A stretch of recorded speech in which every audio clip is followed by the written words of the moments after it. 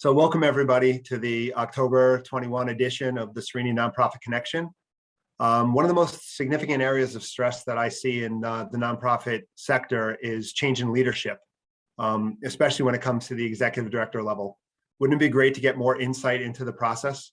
Well, that's what we got going on today, because today we have with us Colleen Merlo and Mike Stoltz, current and former executive directors, respectively, of the Association for Mental Health and Wellness. They just went through a transition last year. So they're very, very familiar with this, and they can help you out with any questions you have. So welcome, Colleen. Welcome, Mike. Thank you for joining us today. Thank you. Good to be here, Ken. So I have found that one of the hardest things for executive directors is knowing when it is to let go. So Mike, this is a question for you. You were the executive, not been, you were the executive director for the association for more than 20 years. When did you know it was the right time to basically pass on the baton? Well, first of all, it was 30 years. So 30 years? Wow. 30 years with first Clubhouse of Suffolk, and then we rebranded as the Association for Mental Health and Wellness, a process that started around 2012, 2013. Look, this is where your professional involvement and kind of dovetails with your personal goals. So kind of for me, personal financial and life plans, for me and for my wife, were kind of key and led this drive to kind of set a date. And that for me kind of personally aligned around becoming eligible for Medicare. So it wasn't much more complex than that. So I'm sorry? You don't look a day over 70. Yeah, thanks. So, especially, as the ED of a nonprofit, started as a grassroots organization, I really didn't want to ever kind of hit a point where, I worked so hard, put in so many hours that I frankly foresaw and always shot for a point in my life where I just said, look, I want to stop saying, oh, I can't do this and I can't do that in my life because of my work demands. So I loved my job, loved every minute of the work that I did, and the people that I served with. But there was just a point where it was important to move over. Look, we had achieved a lot of our goals over 30 years. I worked under the leadership of a founding board president, Dr. Davis Pollock, and then more recently under Cynthia Mason, who were just terrific. I had a terrific executive team that the five of us together had over 150 years essentially together. And so we reached many of our goals. The agency matured, and it was clear that we were going to approach a point where it was time to go to the next phase of life for the organization, and that needed to be under a new person. So when you got to that kind of thought process where it's time to move on to that next phase of life for the organization, what was the process that you went through at the association to kind of go through that search and ultimately choose Colleen as the new ED or CEO of the organization? Well, just to kind of give a little bit of a timeline on it, I had open conversations with my COO, Paula, and my CFO, Kim, for probably several years prior to my target date about kind of what I was thinking, just to kind of be fair and open with them. And then with, President Cynthia Mason, about 2 years ahead, that formally gave my notice to the board, to Cynthia and the board, a year and a half ahead of my date. Kind of the process that we went through and what we decided to do, and now understand this was just before COVID, which of course was a game changer for all of us. But we made a decision that it was also time for the organization to go through a strategic plan process. So we decided that we would initiate a strategic plan process while I was CEO. And that would encompass kind of a 360-degree organizational assessment and start to identify some key goals that would be kind of started to be framed out, when a new CEO would come in. So there was a goal of about 4 to 5 months of, we had hoped that the new CEO and I would have about 4 to 5 months kind of coinciding, to be able to help with that transition. So I was a part of the strategic plan process, made sure that that happened, helped convene the CEO search and such. So just one other piece, you had a question at one point about, did we hire a search firm? We did hire a firm. We did put out an RFP that really had three elements to it.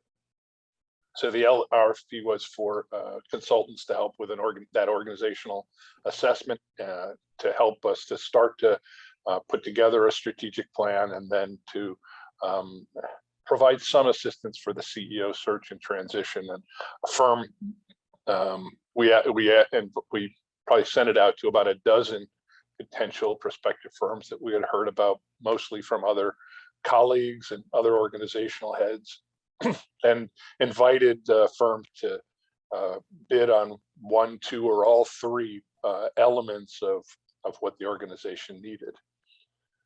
So we then go ahead. Sorry. I'm sorry. No, it's all right. So just, kind of for the search. So my role, I made sure all this happened. I did not chair the search committee or participate on it. I did not. I helped to keep facilitate and move forward with the consultant for the strategic plan process, but I was not on the strategic plan committee. I just made sure that it kept moving. And certainly, when it came to the CEO search itself, I was not involved. That was a board committee that took the reins on all of that. Went through 200 applications before, and dozens and dozens of interviews before they made the exactly right decision in hiring Colleen. So that begs the question. You said that you gave notice about a year and a half before you left. Do you think a year and a half was enough time? Do you think that's the right time frame? Do you think it should have been more, less, or that was like probably the appropriate time?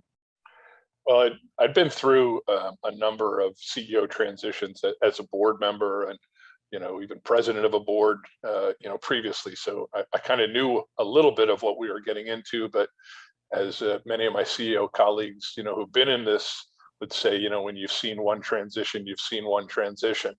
So I can't say that it was too short, and I can't say that it was too long. But for us, obviously, a lot happened in that last year and a half, the latter part of 2019 and all of 2020, that certainly, was difficult. We had, COVID and all those implications for transitioning the agency, the work that we did, as well as all the workforce issues, and all the DEI kinds of issues were really pressing for all of us, and had specific implications for our organization. So it's hard to say, if those items, if COVID wasn't a part of our life and all the social kinds of unrest issues were going on, would we have needed less time or more time? It's kind of hard to say. Now, Colleen, how did you hear about this? So what was it that the organization did that worked, that got you kind of interested in potentially the position?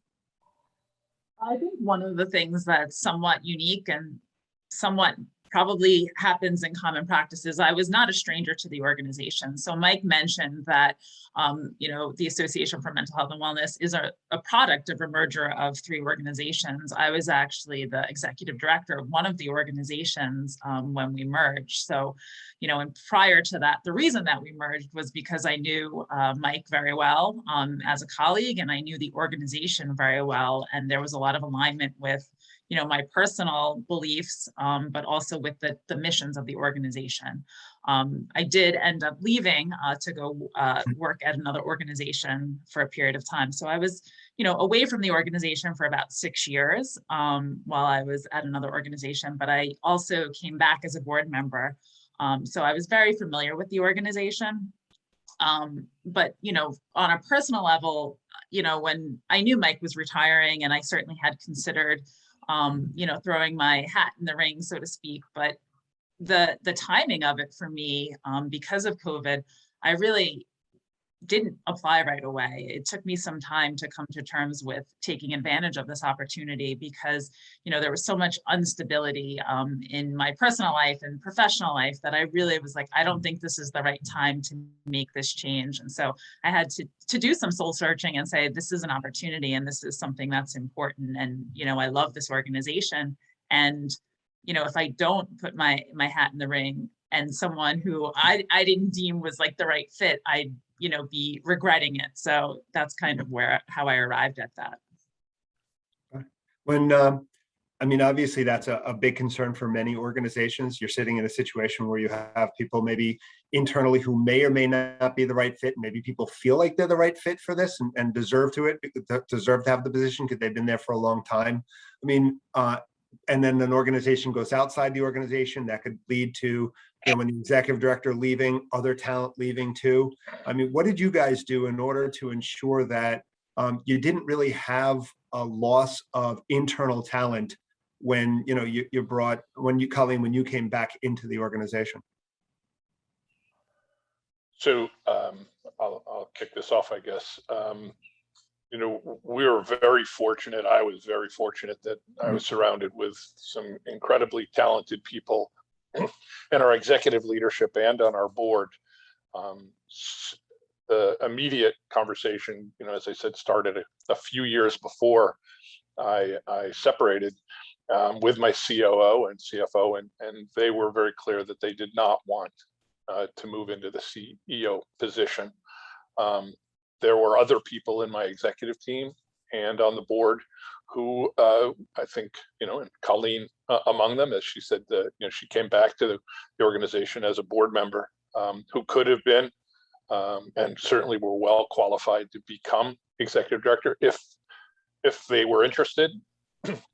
So we certainly had open dialogue about that, but in the end, after hammering it around with the board, particularly the executive committee of the board, the decision was, let's open this up fully and have talent from the board who's interested, talent from the executive leadership or other parts of the organization, you know, put their hat in, go through the same interview process, be prepared to respond to you know, all the questions that the board search committee put forward. So it became an open and transparent process where there was no favorite from the start by any stretch, and the board really wanted to see this evolve. And I think that's why you said that you had nothing to do with that search process. I think that's important there because, again, you know, you have a relationship with certain internal people, and by keeping you out of that relationship and really just having the board or board search committee do it, it kind of makes it a little more effective. I will say that I did probably have 7 or 8 conversations with people on staff and people who were on the board, as well as people outside of the organization, where I just outright encouraged people to apply. I told them, you know, I'll be a resource person for questions that you have and things like that, but your decision to apply is yours. And once you decide you apply, I have nothing to do with kind of what's going to transpire. So I did encourage talent to push themselves forward. And Colleen, once you stepped in, what did you do in order to kind of set the tone or set the, I don't know, so that, again, you don't have a loss of talent within the organization? I think that, you know, communication was really key and continues to be key. Having those conversations, you know, with the executive team right away about what my expectations were. You know, I had prior relationships with some of them and, you know, knew all of them in some way. And I think really having those conversations about the value that they brought to the organization and opening it up for, you know, I know you've been here because they've been, you know, my executive team has longevity with the organization, which is a really wonderful thing as a new CEO to have, because there's so much knowledge and experience, and letting the executive team know that I was going to rely on them for their knowledge and experience, and also asking them, you know, what they thought about in terms of their role with the organization and what they wanted to see grow and evolve, and really get some input and buy-in as we were looking to reshape the direction that the organization's heading in.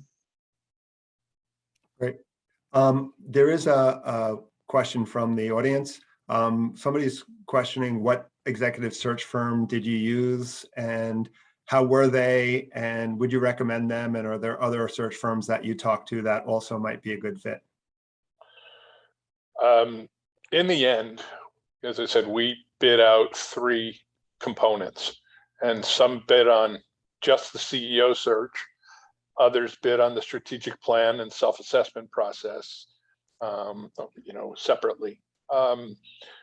We wound up not going with a firm that wanted to exclusively do the CEO search. And in fact, as it evolved, the board leadership decided that they wanted to do the CEO search part themselves. So the consultant who we ultimately picked for self-assessment and strategic plan gave some guidance to the CEO search process, with more of a focus toward the transition of, kind of what that would mean for the organization, what the transition would mean for the organization to a new CEO. But they were not involved, as it turned out. The board really decided at that point that they wanted to shoulder all the responsibility of the posting the position, starting to call through, as I said, almost 200 applications, and go through all the interviewing themselves. And I think that was a really wise decision. They didn't need to. The organization is a regional organization. It's not a national or statewide organization. So kind of staying close to home, in a sense, in their search. Not that there were applicants from well outside the area, but that the board wanted to have its own kind of ethic in that search process. I think was really smart and wise. It took a lot of work, but was a wise decision on their part. We'll get to a transitioning question in a second, but I just, for curiosity purposes, when you did your interviews, did you do them on site or did you do them someplace else so that the staff didn't know who was coming in or what was going on? We were in the height of COVID during the interview process. That's true. So yep. Initially, the first 2 interviews were done via Zoom, virtually. And then when it got down to, I believe, 2 candidates, then we came in and did a live in-person interview for a panel, as well as virtual. Some board members were still virtual at that time. Yeah, I only ask because, a lot of times organizations don't want their staff to know what's going on. We've actually had some of our clients do some of the interviews here within our offices just to kind of keep it separated from, so it's kind of interesting. So and it is smart to just kind of keep some privacy for everybody involved, for the candidate and for the staff, to try to keep some privacy, because there's so much, as I think Colleen really illustrated. Look, these are very personal decisions, and you want to be able to stay to the point on these conversations and not get distracted by who said, she said, he said, and a lot of external kinds of implications. Even on top of that, you could have certain people that you're interviewing who are leaders in other organizations, and you really don't want that getting back to the organizations that they lead at this moment. Right. So you mentioned, Mike, you were talking about transitioning of leadership and utilizing that consultant, and not utilizing, but the consultant gave you some advice in some of that transition. Talk to me a little bit, both of you, if you can talk a little bit about what are some of the key factors or issues that organizations need to consider as part of that transition.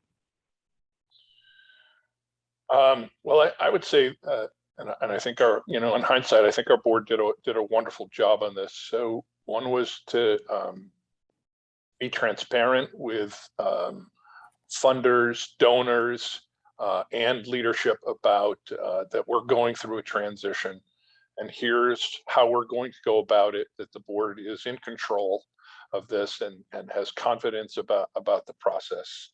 So I think that the board did a really fine job in this. The process was not a democratic process. So it's just, you would like to be, everybody agree, every piece and every step along the way of, in terms of the strategic plan piece and what are the key parts of the organization. And that wasn't, the board, I think, wanted it to look as democratic as possible. But the entire process isn't always that, because we have to have momentum, and you have to keep moving things forward. So I would say what we did right was keep momentum. We didn't ultimately hit, I think we were hoping to have an August 1 start, and my separation was 12/31. And I think Colleen came on somewhere around October. So we didn't quite hit all our timelines, but we did pretty well. And I think just making sure that momentum, even with COVID going on, a lot of social unrest issues, and a national election going on, and how conflictual that was, the board was steadfast in moving this forward and taking charge, but being really open. So one of the pieces that we had, for the staff side was, we had really, because of COVID, we had weekly huddles on Zoom. So we had almost 200 people kind of weekly on huddles, and the board would report out. The strategic plan committee, which included some staff as well, would report out. So it was open, it was involved, there would be feedback. But the leadership of strategic plan, the leadership of the board involved with the search committee, really kept to, we're moving forward. If you want to have input, now's the time. But the board is taking charge of this process.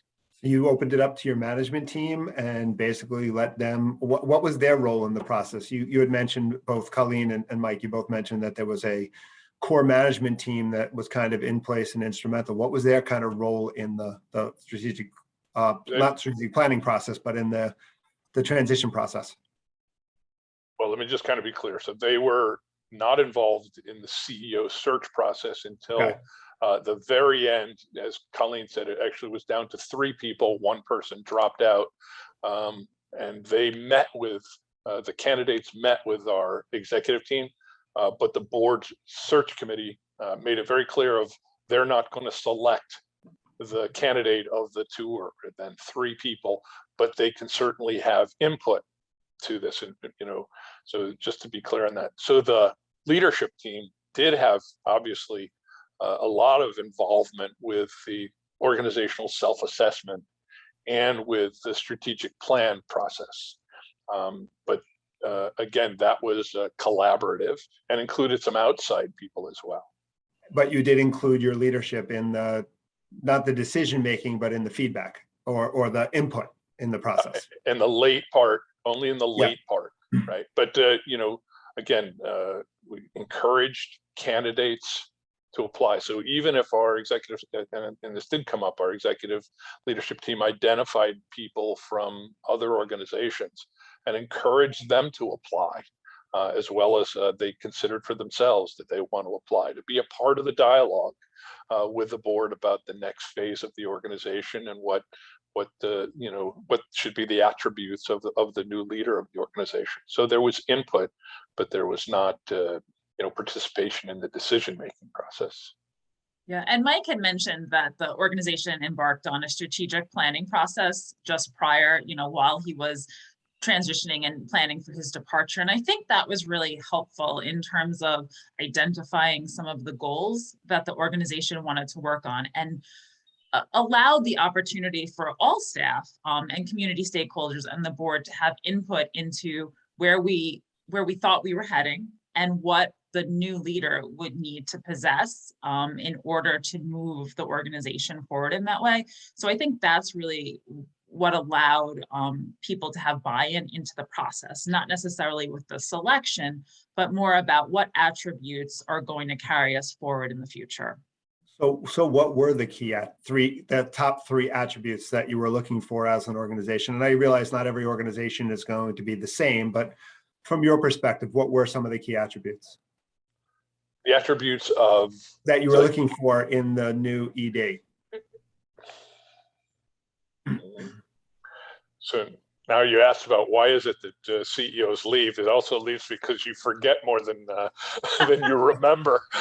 Well, I can say one of the things that the board has shared with me about the interview process was that I was transparent in terms of answering their questions, and that I was, realistic with them about some of the things that I saw as my own shortcomings. And I think, you know, for people to be able to be vulnerable is important as a leader. And that's something that is not always a side we want to show, especially in an interview process when you want to present your best foot forward. And, you know, ironically, sharing with them some of the areas where I knew I would need support from other people in the organization or from the board in order to make the transition smooth, and from Mike as well. Ultimately, I think helped them to realize that I was able to assess my own strengths and weaknesses and that of the organization, which really is a strength in the long run. I would agree with Colleen. I'll also say that I think that the board was very much looking for it, and other parts of other people in the organization. You know, there was so much tumult going on, not within the organization. The organization was in a very good place, as you know, Ken, financially. We were in a good place, you know, in terms of you know, our growth and our contracts and such. But there was so much tumult in the world, and a value of the organization since its infancy and through the merger, you know, as Colleen said, when she was the ED of MHA Suffolk, you know, was a real value in, we have to be above the fray.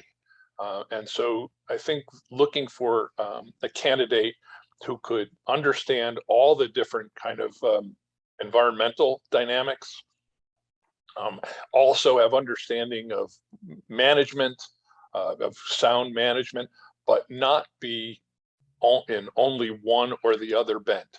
Also sound financial management.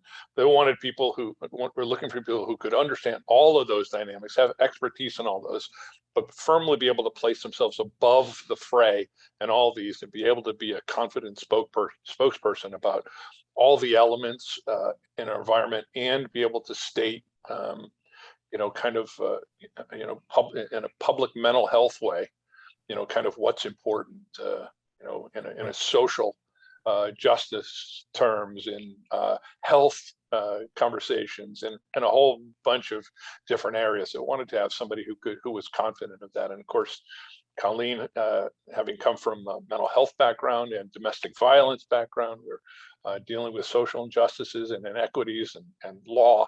You know, that she hit on a number of issues that were, as I said, trying to put the organization at, you know, advancing the mission to a broader place, and feeling confident about that. I think that was really important to the board. Okay. Awesome. Mike, you mentioned also that, you know, as part of this whole thing where you're looking at your stakeholders in terms of this whole process and stuff, you mentioned your donors as one of the stakeholders and people that you need to. Did you reach out to some of the larger donors and letting them know that you are going through a transition? How did you communicate with your donors, since that's kind of an important part for many organizations? So there would be people who were historically involved with the organization, so it's more to just let them know of what was going on. People I had personal relationships with, sometimes going back 30 years when we were Clubhouse of Suffolk. So certainly I needed to kind of let them know what was going on. You know, there were, as we went through a merger with veterans, there was, as Colleen mentioned, there were 3 parties in our original merger. Our relationship in the veteran world became really prominent. And there were a lot of people who supported the organization because of our commitment to veterans. So there were conversations with donors, donor groups, and other entities that were concerned with that part of the organization. So certainly I wanted to reach out. I didn't want them to hear, you know, from other people or hear through the rumors of what's going on for the organization, or in any way, shape, or form think that my transition was reflective of some kind of instability of the organization. So I really wanted to troubleshoot. And of course, same thing with government. Wanted to, you know, be out front, be quick with the communication of here's the plan. This has been consistent with the plan for the organization for years, really for a long period of time. And this is the natural course of things for a nonprofit. And we are not in any trouble. We're going to pick a wonderful candidate, as we did. And the organization is going to continue to advance and prosper And just because I'm not in that chair anymore, that we wanted to make sure that the people understood that this is a natural course of events for a nonprofit. So Colleen, since Mike's been monopolizing the answers here, I'm going to throw a question out to you, and that's fine, Mike. I'm going to throw a question out to you. So I'm sure walking into a situation where you're following someone like Mike, who spent 30 years there, has got to be somewhat intimidating. What did you do as a new leader into the organization to kind of grapple with some of those issues and to maybe redefine the position and make it your own? If I had, $1 for every time someone said, wow, you have really big shoes to fill, I would be able to fund a brand new program at the organization. And my response was typically, well, I have big feet, right? But in all honesty, I was not trying to fit into Mike's shoes. I knew that I wanted to come in and be myself and be authentic and bring the skills that I have. I think you need to be confident in the skills that you have and bring those to bear and focus on those. I think it was a benefit having been able to know Mike as a colleague for many years before I stepped into the role. That's the truth. I feel blessed by that because, it wasn't like living with some legend, like, this is Mike Stoltz, right? It was, I knew Mike as a person. I saw the growth that he was able to achieve with the rest of the executive staff and the whole team at MHAW. But I also had very candid conversations with Mike over the years in terms of challenges we both faced as leaders and, funding challenges and the environment challenges. So I knew that, people's perception of Mike was one thing, but the reality is that behind the scenes, there were struggles, just like I had struggles as a leader, and that there were times where we were able to, reach out. And the other piece is, I think you have to find your own style of leadership. And there were definitely some clear things that I knew I had in common with Mike's leadership and that were valuable to the organization around collaboration and transparency and being fair. And I knew that, but I also knew that even though those values held true, the way I interpret them and the way that the staff would experience me as a leader was different. And to be honest, they say like it's lonely at the top. Luckily, I had a lot of support from the board and from my executive team, but I also had to put my ego aside because there were a lot of times where people would say, well, Mike wouldn't do it that way. And you have to be open. And sometimes you just do it, you go through the process and you do it the way Mike used to do it or the way the former CEO did it, because it doesn't really matter right now. And you want to just let people kind of even out, right? Because it's a time of stress. People lost a leader who they really loved, who was there for 30 years, and there was stability having Mike at the helm. And so, you have to pick your battles, I think, and decide when you need to change things and why you need to change them. Okay, I'm gonna bounce around a little bit. And I apologize for this, but I know that you went through, before they brought you on, Colleen, they went through a strategic planning process. Did that strategic planning process and having kind of a roadmap that the board built for you, did that help? And is that something that you thought was great walking in, or do you now find yourself kind of locked into without having a voice in that process? No, Mike and the company the consulting company that the board worked with and the team worked with really was very careful in the strategic planning process to make sure that there was room for whomever was going to be selected as the new CEO to have a process in which they could contribute to the plan. So a lot of the groundwork was done, and it's a huge benefit and strength. And I'm grateful for the strategic plan every single day, quite honestly, because a lot of the work that I would have had to do as a new CEO to assess the strengths and weaknesses of the organization and the different programs was done for me. That's not to say you don't ask your own questions and do your own research, but there really was a roadmap in terms of these are some of the areas where we need to grow. These are some of the opportunities that lay before us. And these are some of the buckets that we really need to focus on. So that was there when I walked in.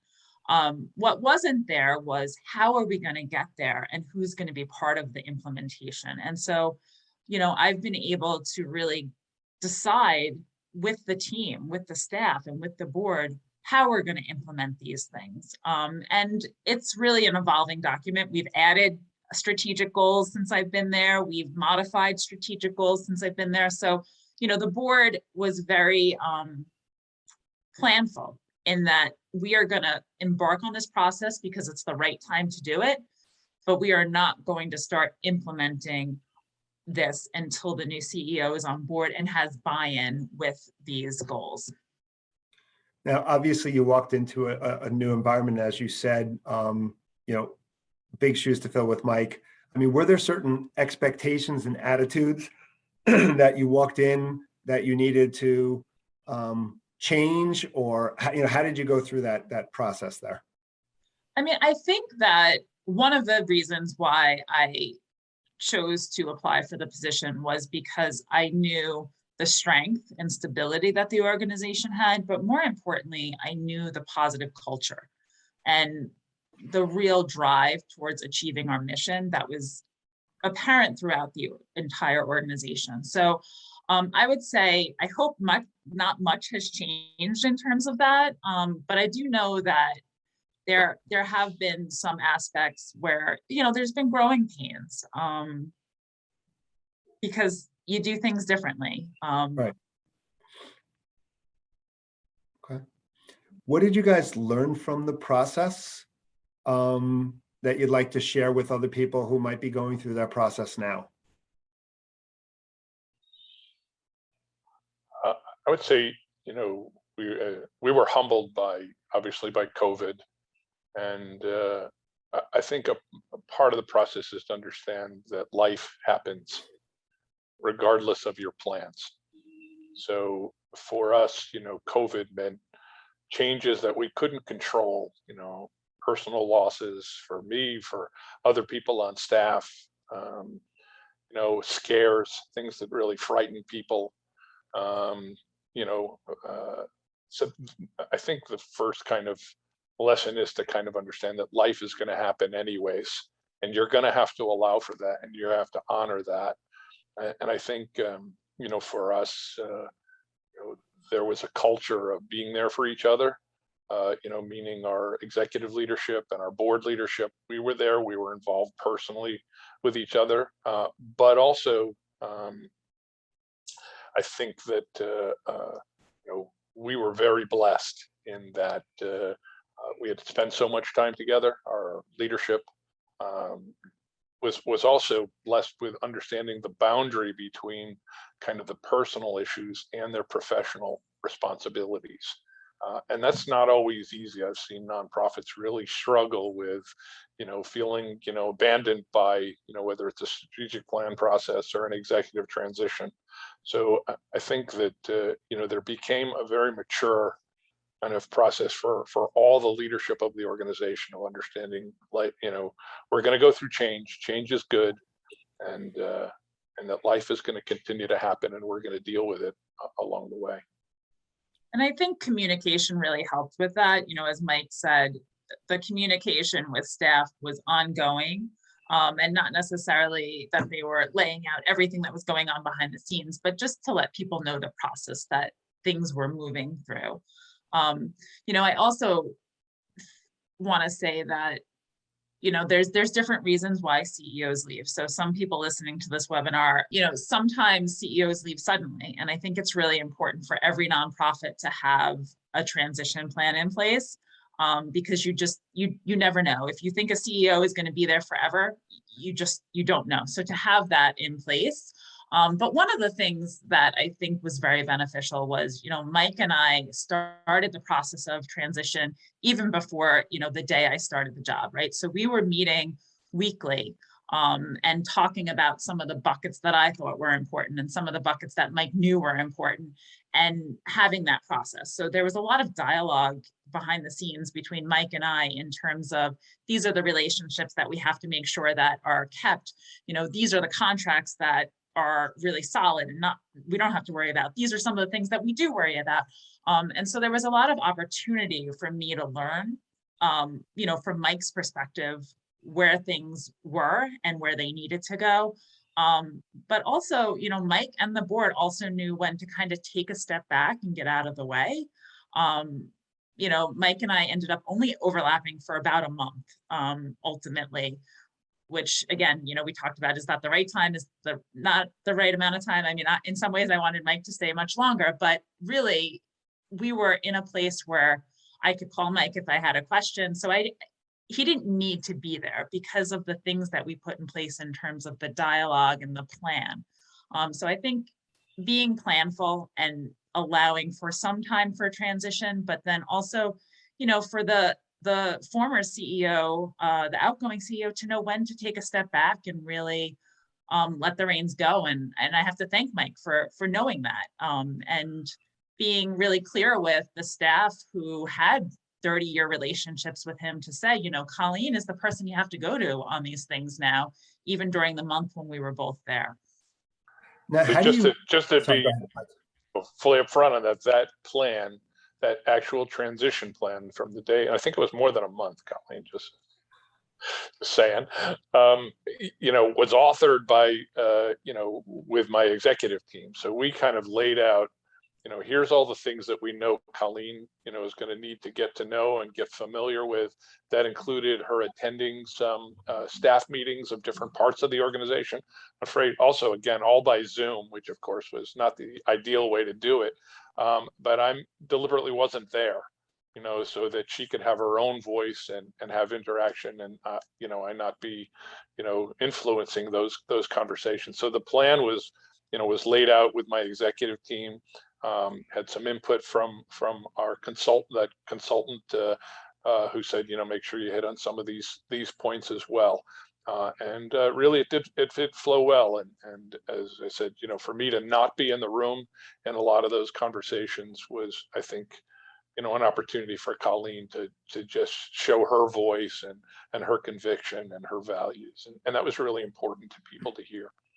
So I guess the question is, how do you foster this type of relationship? How do you foster, or what can you do to foster that relationship between the incoming and outgoing executive director or leadership, in order to kind of ensure that this dialogue takes place, in order to ensure that, you know, there is that give and take in that relationship, and that you can transition effectively? Starbucks. That's what it is, Starbucks. Not really. You know, we met, you know, first of all, I was the first couple of months I was, you know, I was in, you know, after I physically left, I was in an RV. So, you know, Colleen and I would meet, you know, I stayed kind of in a small consultant role for a couple of months, and Colleen and I met weekly, sometimes bi-weekly, or she would call me, you know, to kind of be able to get a little background on some issues that might be coming up. Can you tell me a little bit more about that? What are their conversations about X, Y, and Z? So I could just help her to get up to speed, to prepare her for certain things. But once I came back into the area in March, you know, we've had a few conversations every now and then that are, you know, at Starbucks. So nobody else sees us, nobody's a part of the conversation. And look, you know, anybody who's been in the CEO's chair knows that you have different view. It's kind of like you just have a different view of the organization than anybody else. And it has to be kind of CEO to CEO, understanding, you know, that dynamic and that perspective is unique. So we've had a few conversations like that. And, you know, we still get together from time to time that just to kind of share and support. And, you know, I want to support her. Obviously, any outgoing CEO wants the new CEO to really be successful. That's all there is to it. I wanted Colleen to be successful. I knew she'd be successful, but I wanted to make sure that she was enjoying herself. So I keep asking Colleen, "Are you having fun?" And she would go, "I think so." But it's the first thing we start out with all the time. Are you still having fun, Colleen? I think it's good that that you have that sounding board, especially at the ED level, because as you know, the buck stops there, and it's always good to have someone you can bounce some stuff off of and kind of get a different person's perspective, especially someone who already knows the organization so well. So that's awesome that you were able to kind of do that. So. Yeah, and I think what makes it work, I mean, in some ways is both Mike and I are open to each other's feedback, and, you know, we don't take things too personally, and, you know, we both want the organization to be successful, and, you know, Mike's been very giving of his time and continues to be, and I'm grateful for that. And, you know, I think that's what helps foster the relationship, and, you know, we like each other as people, but it really does come down to the mission of the organization. And that's where we focus a lot of our conversations. So we are running out. Ken, I saw a question. There were two about- questions, which I'm going to throw out, but we're go right running ahead. out of time. But really quick, how did you get over 200 candidates? What did you do to get those candidates? I mean, was there a specific place you posted or what? New York Times, LinkedIn, all the social media, all the important social media places. And then the other question was, what are your thoughts about, Mike, you joining the board of directors as a resigning or former CEO? Bad idea. Why? Because Colleen and the new CEO doesn't need my shadow or my ghost or any of that involvement. You know, my commitment is to her being successful, not being a board member and becoming her boss. It's not appropriate. Thank you for saying that, because we met with another organization and we did some governance work for them, and their former ED is on the board, and I see that as an issue. So yeah. Yeah, So and I that's think awesome. that's more about the board being uncomfortable, or the former CEO being uncomfortable about letting go. And then, so maybe it's not the time for that person to leave. If you're feeling like you need to hold on to the organization, you need to really examine why that is, because it's usually not for the health of the organization. Right. So I want to thank the two of you, Colleen and Mike. Really appreciate your sharing your insight and expertise today. I thought this was really amazing. And from the chat, people found it very impressive. If anybody has additional questions, is it okay if we give out your contact information so that people can reach out to you? As long as my RV Wi-Fi signal works, yes. Thank you everyone for tuning in today. Tune in on November 17th at noon, where our topic will be the Great Resignation, what you can do to lessen the hit on your organization.